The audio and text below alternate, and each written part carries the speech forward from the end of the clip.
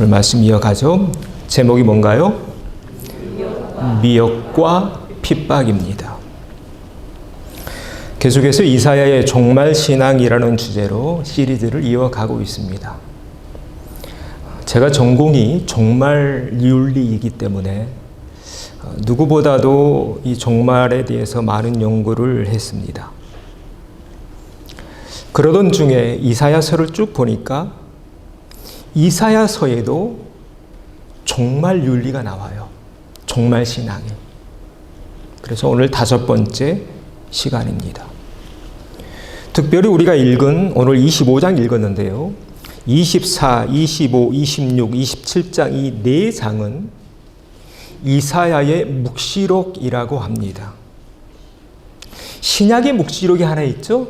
요한계시록. 신약에 요한계시록이 있다면 구약에는 이사야의 묵시록이 있다.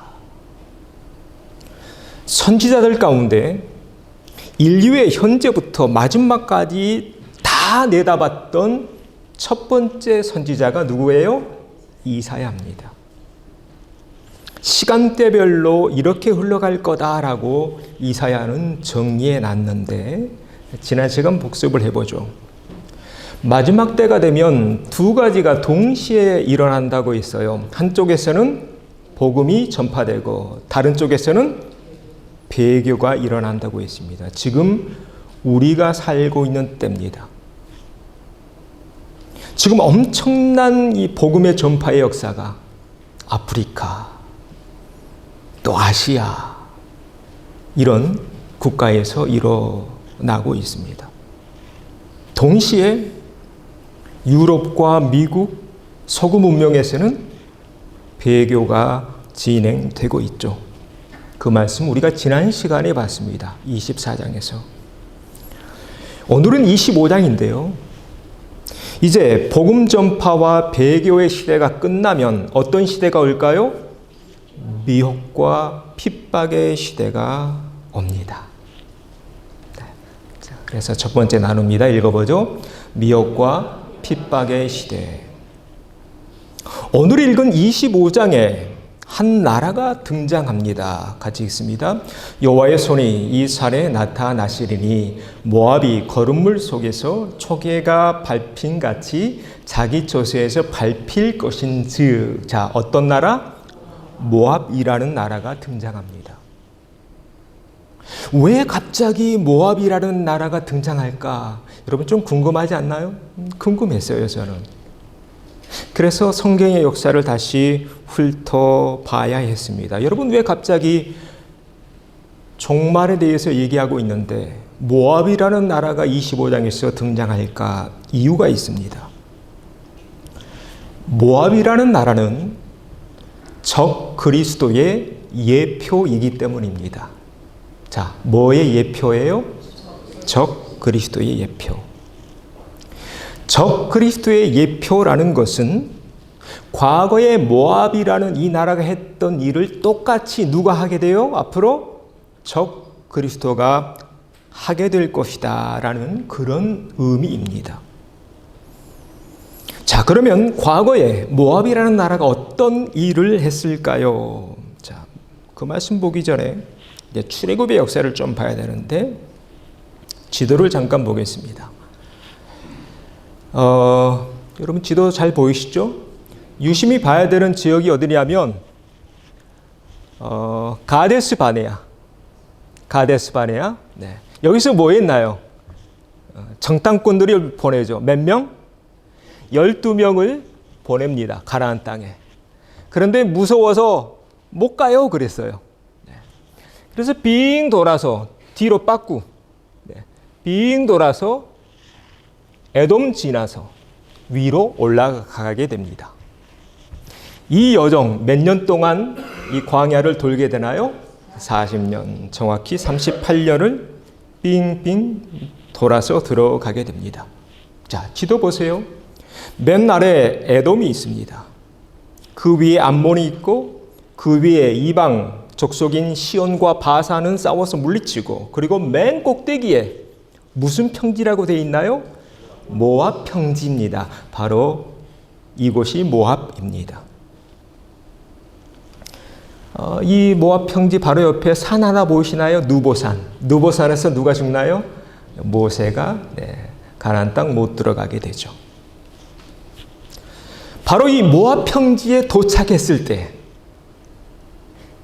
이스라엘 백성들이 어렵게 40년 동안 거쳐서 이제 왔잖아요. 그때 모압 족속들이 어떻게 대했을까요? 자, 모압의 역사를 좀 훑어보죠. 모압은 아브라함과 핏줄이 같습니다. 왜? 모압의 선조 계속 훑어서 올라가면 그 조상이 누군가요? 아브라함의 조카? 롯이죠. 핏줄이 같아요. 같은 핏줄, 같은 민족인데 어떻게 대했을까? 자, 이스라엘 백성들이 도착했다는 소식을 듣고 모압은 이렇게 합니다. 한번 읽어보죠. 그가 사신을 부올의 아들 발람의 고향인 강가 부도를 보내어 발람을 부르게 하여 이르되 보라 한 민족이 애굽에서 나왔는데 그들이 지면에 덮여서 우리 맞은편에 거주하였다. 우리보다 강하니 거기까지만요. 사신을 보내요. 그래서 누구를 데려와요? 발람이라는 선지자를 데리고 와요. 그러면서 한 가지를 청합니다. 노란 것이 와서 나를 위하여 이 백성을 저주하라. 내가 혹 그들을 쳐서 이겨 이 땅에서 몰아내리라. 자, 발람을 청에서 데려오는데 모압 왕 발락이 뭐 하려고? 저주하려고. 그래서 이 땅에서 몰아내려고. 지금 발락이라는 왕 정치 세력과 발람이라는 종교 세력이 결탁해서 하나님이 택한 백성들을 이 땅에서 몰아내려고, 죽이려고, 저주하려고 이런 일을 꾸미고 있었던 것입니다. 다시 오늘 본문으로 돌아오죠. 왜 이사야 선지자가 마지막 때 이 모압이라는 나라, 이 국가를 다시 끄집어내는가? 이유가 여기 있습니다. 민수기 22장에서 보고 있는 이 일을 훗날 적그리스도가 똑같이 반복할 것이기 때문입니다. 이사야가 미리 본 거예요.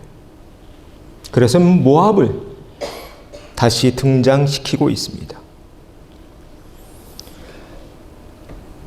이 내용이 요한계시록에도 그대로 나와 있습니다. 오늘 요한계시록 말씀을 보여드리겠습니다. 13장에 하늘에서 용이 쫓겨나요.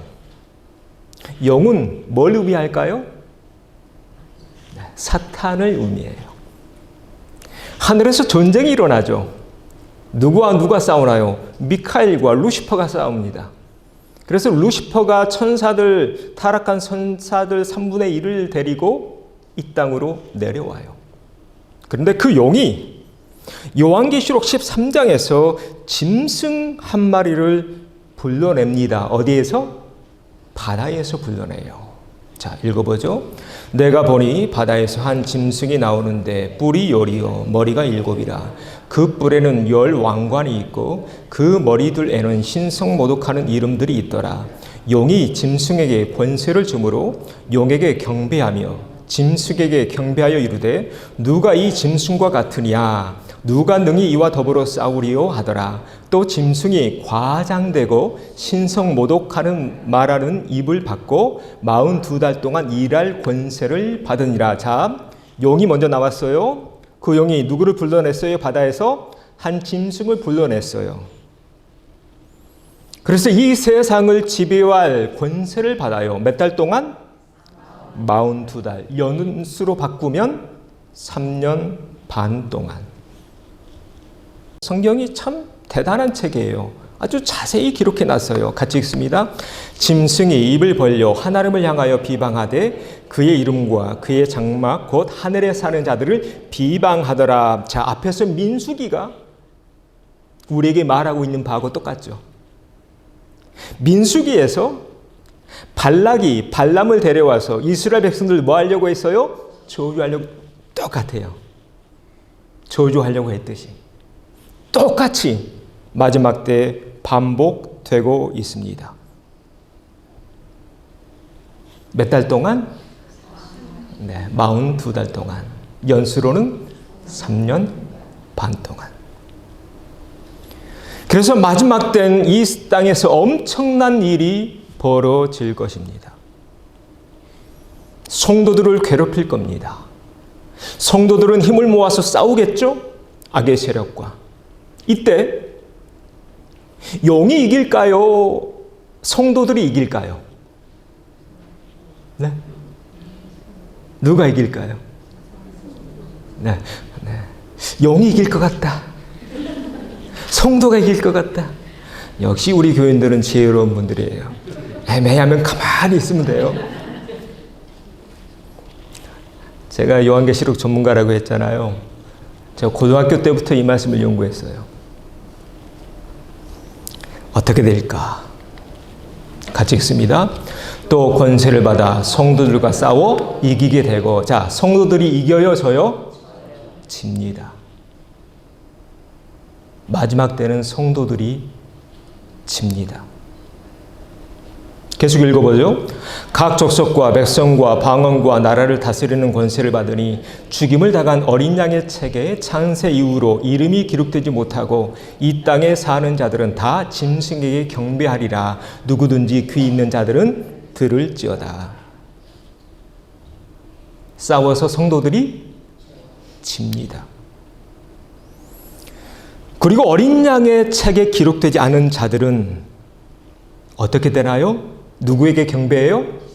짐승에게 경배합니다. 어린 양의 책에 기록되지 않는 자들, 다시 말해 불신자들, 배도한 자들, 다 짐승에게 경배하고 맙니다. 지난 시간에 이 예를 보여드렸잖아요. 이건 무슨 장면이에요? 신사참배예요. 마지막 7년을 버티지 못하고 한국 기독교의 모든 교단이 이 신사참배에 동참했습니다. 심지어 어떤 일까지 일어난지 아십니까? 우리가 예수님 믿고 난 예수님의 자녀가 되었습니다. 그러면 이 앞에 나와서 뭐 하나요? 물로 세례를 받죠. 일제시대에 어떤 일까지 벌어졌냐면, 그렇게 모든 교단에서 신사참배에 찬성한 뒤에 목사들이 전부 다 한강에 가서 다시 침례를 받습니다. 누구 이름으로? 태양신의 이름으로. 일본 천황의 이름으로. 천황의 이름으로 세례를 주노라. 그럼 처음 들어보셨죠? 한국 기독교가 너무 부끄러워서 그 역사를 다 지웠어요. 근데 아직 이런 자료들이 하나 둘씩 지금 다 나오고 있어요. 얼마나 부끄러운 짓을 했는지 한국 기독교가. 마지막 7년을 버티지 못하고 태양신의 조알입니다. 그 신사참배 2번 90도로 절한다고 했죠. 박수 2번 치고 천황폐하 만세 부르고, 그리고 헌금도 2번 한다고 했어요. 한 번은 하나님께, 한 번은 천황에게. 그래서 그 헌금 모아서 전투기 사서 보내고, 그런 일들이 마지막 때에 그대로 반복되더라는 겁니다. 여기 나오잖아요. 짐승에게 경배한다. 성도들이 마지막 때는 지게 돼요. 오늘 42달이 나오는데 이 3년 반의 환란기, 더 길게 보면 7년의 환란기는 쉽지 않을 겁니다. 하늘에서 쫓겨난 용, 사탄이 바다에서 짐승 한 마리를 끄집어냅니다. 이건 정치 세력을 의미합니다.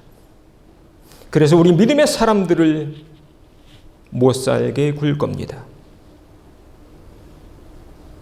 앞으로 우리가 겪게 될 3년 반의 환란기 쉽지 않을 것 같아요. 일제시대에 우리 믿음의 선배들이 견뎌했던 그때보다 더 힘들 것 같아요. 왜 더 힘드냐? 제가 성경을 또 보여드리죠. 용이 짐승 한 마리를 더 데려와요. 자, 읽어보죠. 내가 보매 또 다른 짐승이 땅에서 올라오니 어린 양같이 두 뿔이 있고 용처럼 말을 하더라. 그가 먼저 나온 짐승의 모든 권세를 그 앞에서 행하고 땅과 땅에 사는 자들을 처음 짐승에게 경배하게 하니 곧 죽게 되었던 상처가 나은 자더라. 자, 앞에서 나온 짐승은 어디에서 올라왔어요? 바다에서. 두 번째 짐승은 땅에서 올라와요. 다릅니다. 두 짐승이에요. 요한계시록에 나오는 짐승은. 두 번째 올라온 이 짐승 무슨 일을 하나요? 땅과 땅에 사는 자들을 처음 짐승에게 뭐하게 만들어요? 경배하게 만들어요. 자, 처음 짐승은 어디에서 올라왔어요? 바다에서 올라온 그 짐승에게 경배하게 만드는 그 일을 누가 해요? 네, 땅에서 올라온 두 번째 짐승이 하게 된다. 그래서 이 두 번째 짐승이 이런 일을 합니다. 아주 자세하게 기록되어 있어요. 읽어보죠. 큰 이적을 행하되 심지어 사람들 앞에서 불이 하늘로부터 땅에 내려오게 하고 짐승 앞에서 받은 바 이적을 행함으로 땅에 거하는 자들을 미혹하여 땅에 거하는 자들에게 이르기를 칼에 상하였다가 살아난 짐승을 위하여 우상을 만들라 하더라. 자, 두 번째 짐승이 하는 가장 큰 일이 이거예요. 뭐해요? 우리를 미혹해요. 미혹해요. 그래서 우상을 만들어요. 이 우상은 누구의 모습일까요? 첫 번째 짐승의 모습이 이 우상입니다. 그러니까 두 번째, 땅에서 올라온 두 번째 짐승은 이 땅에 있는 백성들을 미혹해서 첫 번째 바다에서 올라온 그 짐승의 형상을 만들어서 우상을 만들어서 뭐하게 만들어요? 경배하게 만든다. 민수기에서의 그 모압이 했던 일 똑같잖아요. 발락이라는 왕 정치 세력과 발람이라는 종교 세력이 결탁해서 하나님의 택한 이스라엘 백성들을 넘어뜨립니다. 유혹하고 미혹합니다. 결국 이 미혹에 민수기서에 나오는 이스라엘 백성들 무너지죠. 읽어보죠. 이스라엘이 시딤에 머물러 있더니 그 백성이 모압 여라들과 음행하기를 시작하니라. 그 여라들이 자기 신들에게 제사할 때 이스라엘 백성을 청하매 백성이 먹고 그들의 신들에게 절함으로 이스라엘이 바알불에게 가담한지라. 자, 이스라엘 백성들이 바알신에게 뭐 했다고요? 절하게 돼요. 민수기 22장 쪽 25장 그 이야기인데 발락이 발람을 불러오죠. 조주하라고 그랬어요. 그런데 발람이 바알 산당에 올라가서도 조주하려고 했고 또 다른 산에 올라가서도 조주하려고 했고 제일 큰 산 부월산에 올라가서도 조주하려고 3번 시도했는데 저주가 아니라 반대로 축복이 나오죠. 그래서 발락이 이 뿔이 나요. 야, 너 가. 그렇게 헤어지는데 마지막으로 고안해낸 유혹이 이겁니다. 바알 신전에서 일하고 있던 여 사제들, 여 무당들을 동원해서 이스라엘 남자들을 유혹한 겁니다. 결국 이 유혹, 이 미혹에 이스라엘 모든 남자들 넘어가고 맙니다. 바알 신에게 절하고 말아요. 오늘 이사야가 모압의 이 역사를 다시 가지고 온 이유가 여기 있습니다. 마지막 때도 이와 같은 일이 반복될 것이라는 겁니다. 똑같죠. 여러분, 그래서 성경은요, 같이 봐야 돼요. 이게 짝이 있어요. 마지막 때 어떤 일이 벌어질 건지 사도 요한이 patmos섬에서 이미 다 봤습니다. 똑같은 장면인데요. 자, 노란 글씨만 읽어보죠. 그가 권세를 받아 그 짐승의 우상에게 생기를 주어 그 짐승의 우상으로 말하게 하고 또 짐승의 우상에게 경배하지 아니하는 자는 무엇이든 다 죽게 하더라. 자, 이게 몇 달 동안에 벌어지는 사건이에요? 42달. 3년 반 동안 벌어질 일입니다. 둘째 짐승이 올라온 뒤부터 첫 번째 짐승, 그러니까 적그리스도의 그 형상을 우상으로 만듭니다. 그리고 그 우상에게 경배하게 합니다. 그런데요, 이 말씀을 주의 있게 보십시오. 우상에게 생기를 주었다라고 되어 있죠. 우상에게 생기를 주었다는 것은 원래 이 우상에게는 생기가 없었다는 거예요.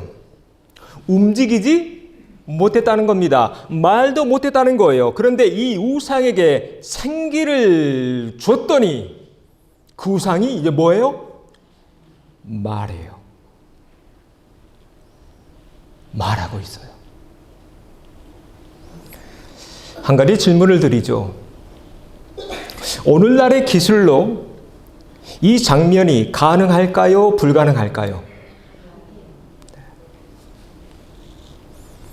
얼마든지 가능한 시대에 우리는 지금 살고 있습니다. 우리는 지금 21세기에 살고 있으니까 이 요한계시록 13장의 이 말씀을 상상해 볼 수 있어요. 그렇죠? 그런데 2000년 전에 사도 요한이 pat모섬에서 하나님이 이 장면을 보여주지 않았다면 상상이나 할 수 있었을까요? 상상하기 어려운 장면이죠. 이런 장면을. 네. 오늘날 우리는 얼마든지 이것이 가능하다라는 것을 알고 있습니다. 지금 어떤 시대인데요. AI가 나와서 말하고요. 로봇가요. 빨래도 하고 밥도 짓고 그래요. 햄버거도 막 뒤집고. 그런 시대 우리가 지금 살고 있습니다. 조금만 더 읽어보죠. 자, 오늘 두 짐승이 한 마리는 바다에서 다른 한 마리는 땅에서 나온다고 있습니다. 이 두 세력, 정치 세력과 종교 세력이 결탁하게 됩니다. 그래서 궁극적으로 이 땅에서 이런 일을 합니다. 같이 읽습니다. 그가 모든 자, 곧 작은 자나 큰 자나 부자나 가난한 자나 자유인이나 종들에게 그 오른손에나 이마에 표를 받게 하고 누구든지 이 표를 가진 자 외에는 매매를 못하게 하니 이 표는 곧 짐승의 이름이나 그 이름의 수라. 지혜가 여기 있으니 총명한 자는 그 짐승의 수를 세어보라. 그것은 사람의 수니 그의 수는 666이라. 또 질문을 드리죠. 여러분이 읽은 이 장면, 오늘날의 기술로 가능할까요? 불가능할까요? 가능합니다. 다시 반복합니다. 하나님이 이런 장면을 요한에게 보여주지 않았다면 2000년 전에 어떻게 이런 장면을 써놓을 수 있었을까요? 이미 다 요한은 봤어요. 우리는 이미 이 말씀이 실용화되고 있는 세상에서 살고 있습니다. 여러분, 애완동물에게 다 넣잖아요, 칩. 네. 그래서 잃어버리면 뭐 딱 되면 얘는 누가 주인이네? 주소까지, 전화번호까지 다 나오는 그런 시대에 우리가 지금 살고 있습니다. 이것이 마지막 때 복음 전파와 배교의 시대가 끝나고 이제 조만간에 오게 될 미혹과 핍박의 시대가 되면 용이 누구를 불러요? 바다에서 짐승 한 마리, 또 땅에서 짐승 한 마리를 불러내서 이런 일을 하게 될 것이라는 겁니다. 아무것도 못해요. 매매 못해요. 음식 못 사 먹어요.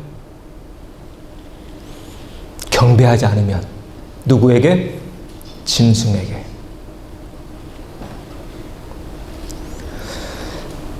우리 민족은 이미 이런 역사를 경험했습니다. 신사참배요.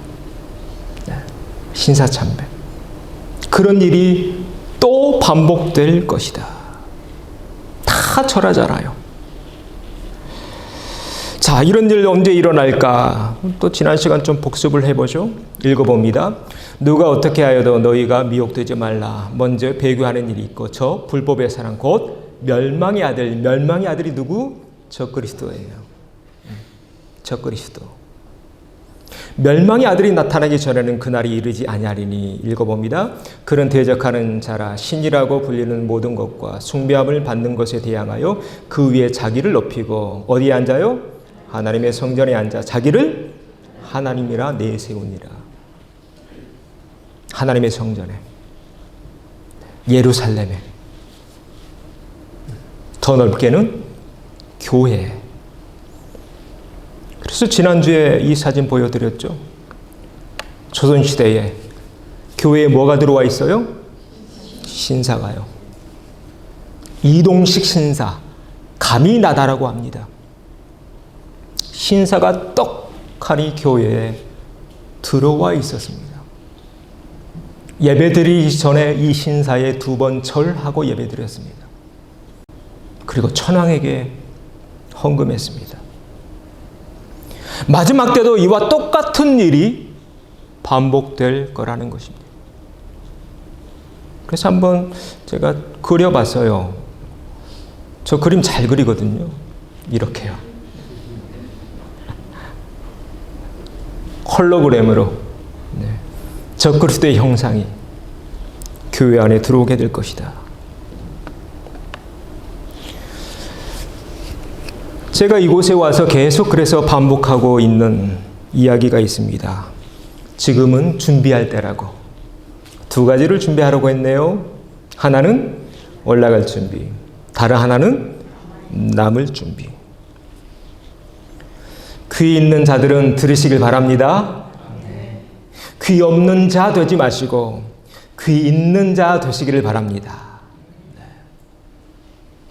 이렇게 자세히 말씀을 풀어드리는데 못 믿겠다면 어쩔 수 없고 그건 각자의 믿음이니까. 그러나 저는 우리 모든 성도들, 저와 함께 신앙생활하는 성도들 한 분도 빠짐없이 다 들림받는 우리 천국 백성들 되기를 소망합니다. 자, 이렇게 인사합시다. 이제 본격적으로 준비할 때입니다.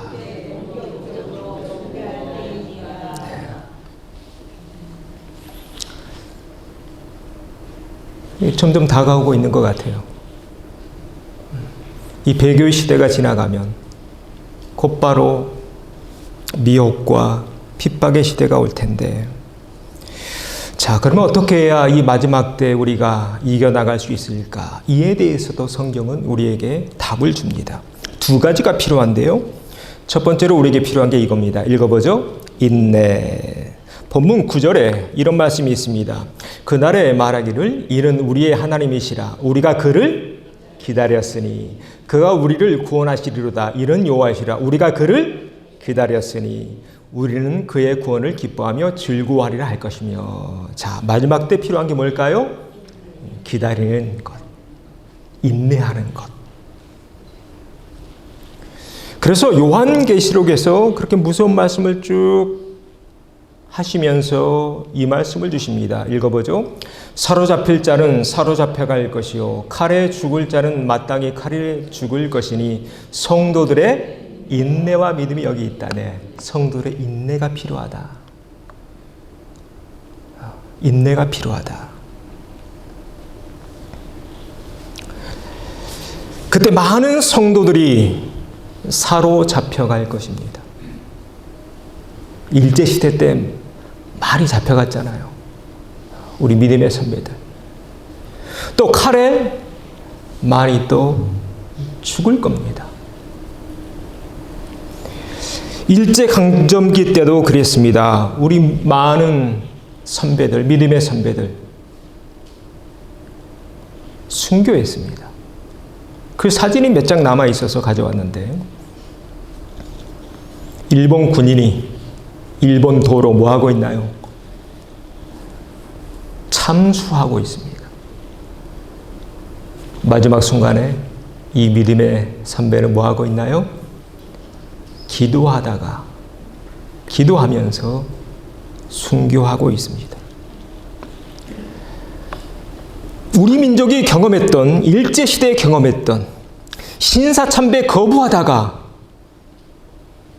순교당했던 이런 일들.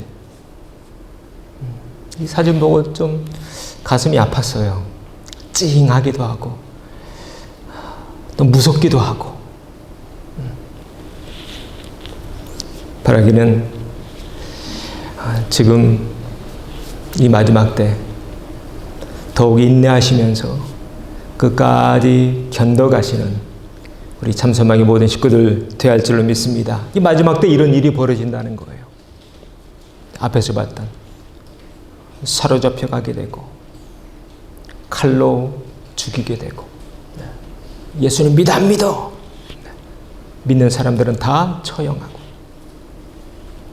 그런데 이에 대해서 예수님도 이렇게 예언하셨습니다. 읽어보죠. 그때 사람들이 너희를 환난에 넘겨주겠으며 너희를 죽이리니 너희가 내 이름 때문에 모든 민족에게 미움을 받으리라. 그때 많은 사람이 실족하게 되어 서로 잡아주고 서로 미워하겠으며 거짓 선지자들이 많이 일어나 많은 사람을 미혹하겠으며 불법이 성함으로 많은 사람의 사랑이 식어지리라. 그러나 끝까지 견디는 자는 구원을 얻으리라.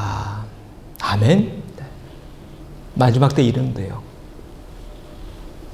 일제시대도 그랬어요. 일본 사람들은 누가 예수님 믿는지 예수님 안 믿는지 모르잖아요. 누가 알려줬을까요?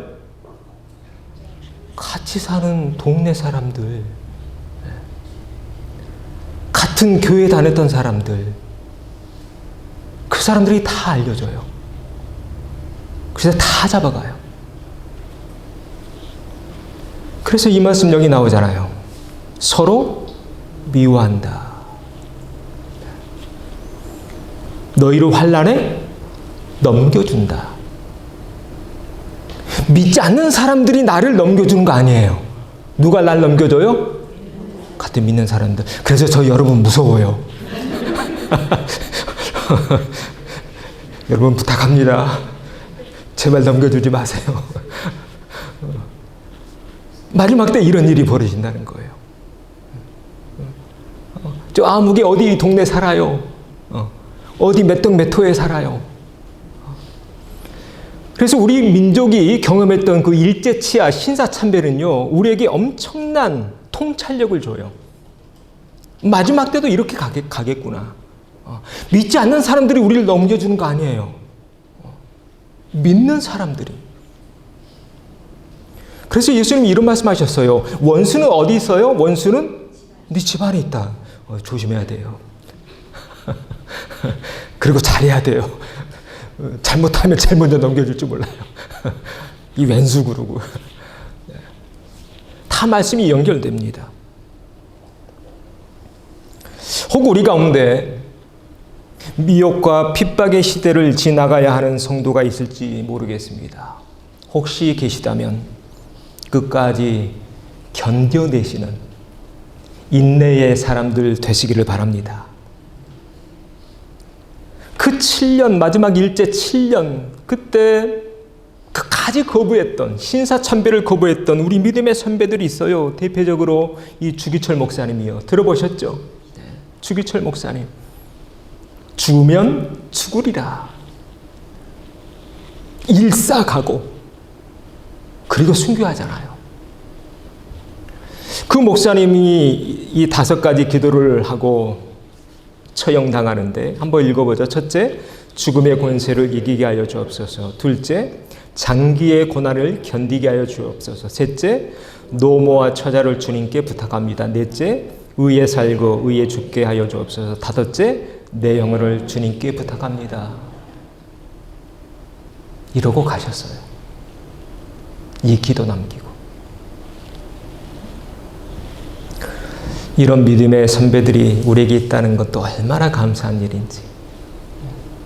앞서간 믿음의 선배들 본받는 우리 참소망 교회에 대할 줄로 믿습니다. 자, 이렇게 인사합니다. 끝까지 견딥시다. 인내하며 버팁시다. 혹 우리 가운데 핍박과 미혹의 그 시대를 건너가야 하는 분들이 있다면 꼭 기억하십시오. 인내가 필요하다. 한 가지가 더 필요한데요. 우리에게 필요한 두 번째는 이겁니다. 읽어보죠. 믿음. 앞에서 봤던 말씀인데 다시 한번 읽습니다. 사로잡힐 자는 사로잡혀갈 것이요 칼에 죽을 자는 마땅히 칼에 죽을 것이니 성도들의 인내와 믿음이 여기 있다. 이렇게 믿음. 믿음이 있어야 된다는 것입니다. 그러면 믿음이 무엇일까요? 저는 믿음을 한마디로 이 말씀으로 정리합니다. 같이 읽습니다. 주는 그리스도시요 살아계신 하나님의 아들이시니이다. 누가 한 고백이에요? 베드로가 한 고백이죠. 이 믿음 잠깐 잃었지만 다시 회복해요. 그래서 코바데스라는 영화를 보면 로마에서 도망가다가 다시 로마로 들어갑니다. 그래서 잡혀서 마지막 십자가 거꾸로 달리게 되죠. 마지막 때 우리에게 정말로 필요한 것. 한쪽에는 인내가 필요하고 다른 한쪽은 믿음이 필요하다. 오늘 이 베드로의 믿음의 고백, 마지막까지 끝까지 지켜가는 믿음의 고백 되어야 할 줄로 믿습니다. 여러분 기도하셔야 돼요. 믿음 달라고. 더 큰 믿음 달라고. 날마다 그렇게 기도하시면서 말씀으로 믿음을 키워가는 참소망의 모든 식구들 되시기를 바랍니다. 이렇게 인사합니다. 믿음 키워갑시다. 한 번 더요. 믿음은 들음에서 납니다. 네. 오늘은 이사야 25장 말씀을 함께 나누었습니다. 오늘 말씀은 앞으로의 일입니다. 지금은 아직까지는 배교의 시대인 것 같고요. 아직 시간 있을 때 여러분 인내를 훈련하시고 믿음을 더 단단히 꾸려가시면서 어린 양의 호린잔치에 다 참여하는 우리 참소망의 모든 식구들 되시기를 주의 이름으로 축원합니다. 함께 노래하고 기도하길 원합니다. 제가 참 좋아하는 노래인데요. 이 가사가 우리의 믿음의 고백 되길 원하면서 함께 노래하고 기도합니다.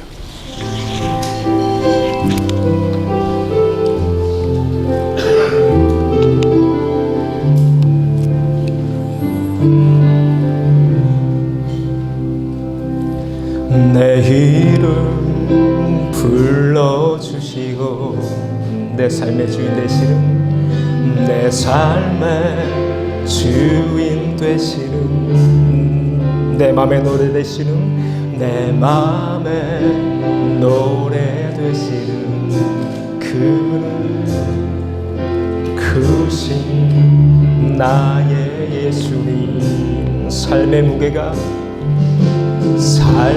무게가 내 맘을 누르고 버틸 힘 없는 시간 지날 때 예수만 의지하는 삶 되기 원하네.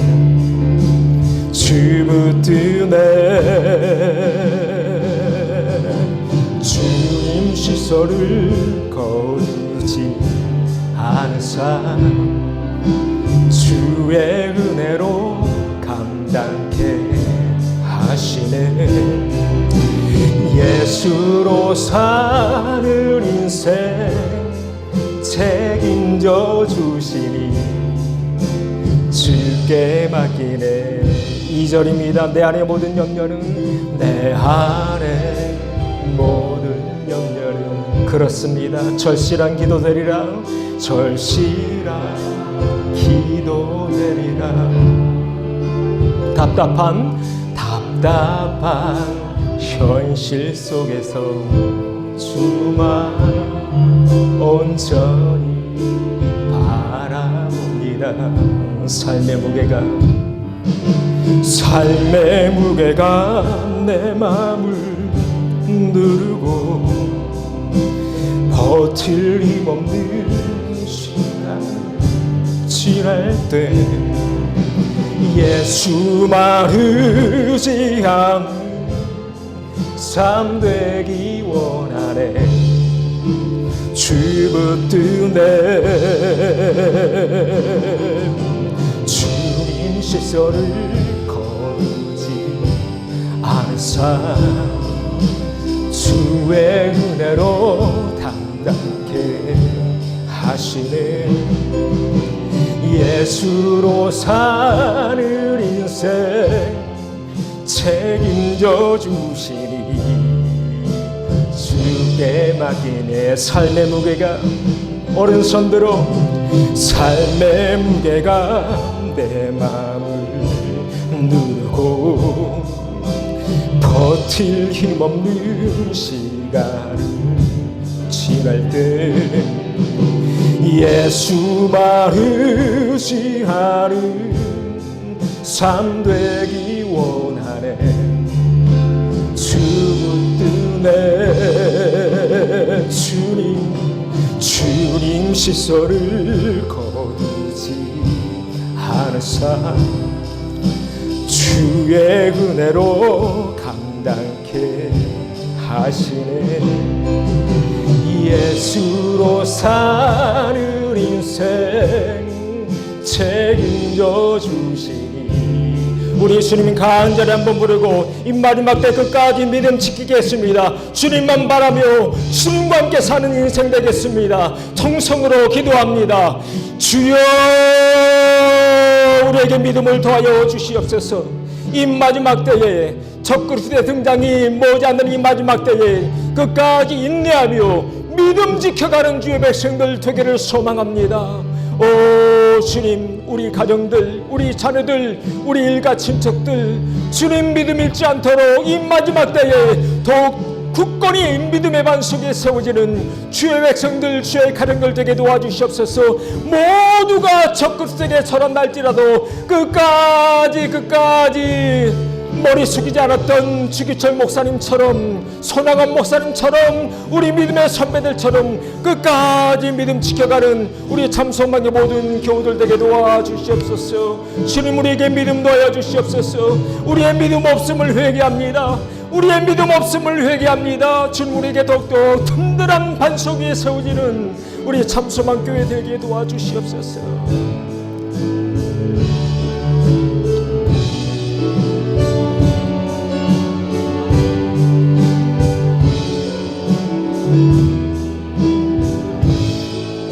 내 안의 모든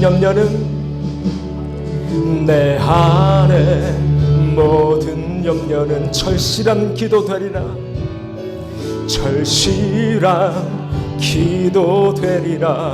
답답한 현실 속에서 주만 온전히 바라봅니다. 삶의 무게가 내 마음을 누르고 버틸 힘없는 시간을 지날 때 예수만 의지하는 삶 되기 원하네. 주붙드네 주님 시설을 거두지 않은 삶 주의 은혜로 감당케 하시네. 예수로 사는 인생 책임져 주시니 주께 맡기. 우리 마지막으로 다시 한번 삶의 무게감 내 마음을 누르고 삶의 무게감 내 마음을 누르고 버틸 힘없는 시간을 지날 때 예수만 의지하는 삶 되기 원하네. 주 붙든 내 주님 시선을 거두지 않으사 주의 은혜로 감당케 하시네. 예수로 사는 인생 책임져 주시니 주께 맡기네. 할렐루야. 이렇게 인사합시다. 예수님이 지키실 겁니다. 끝까지 이겨냅시다.